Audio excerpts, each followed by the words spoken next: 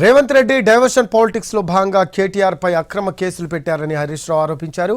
ఏడాది పాలన తర్వాత ప్రభుత్వం ప్రజా వ్యతిరేకత ఎదుర్కొంటోందని విమర్శించారు. ఈ కేసులో భవిష్యత్ కార్యాచరణపై న్యాయ నిపుణులతో చర్చిస్తున్నామన్నారు.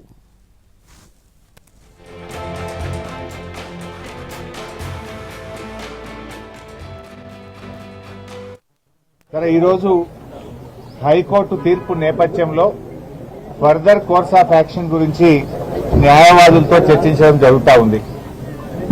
ఈరోజు రాష్ట్ర ప్రజలకు తెలుసు, అందరికి కూడా తెలుసు, రేవంత్ రెడ్డి గారి ప్రభుత్వం కేవలం డైవర్షన్ పాలిటిక్స్ లో భాగంగా కేటీఆర్ గారి పైన ఈ అక్రమ కేసు నమోదు చేయడం జరిగింది.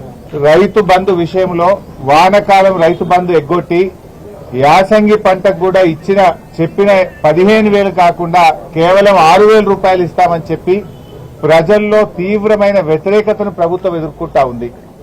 ఏడాది పాలన తర్వాత అన్ని సర్వే రిపోర్ట్లలో కూడా ఈ ముఖ్యమంత్రి ఫెయిల్యూర్ సీఎం అని, ఈ ప్రభుత్వం ఫెయిల్ అయిందని చెప్పి ఈ రాష్ట్రంలో వచ్చిన అన్ని సర్వే రిపోర్ట్లు కూడా తెలియజేస్తా ఉన్నాయి.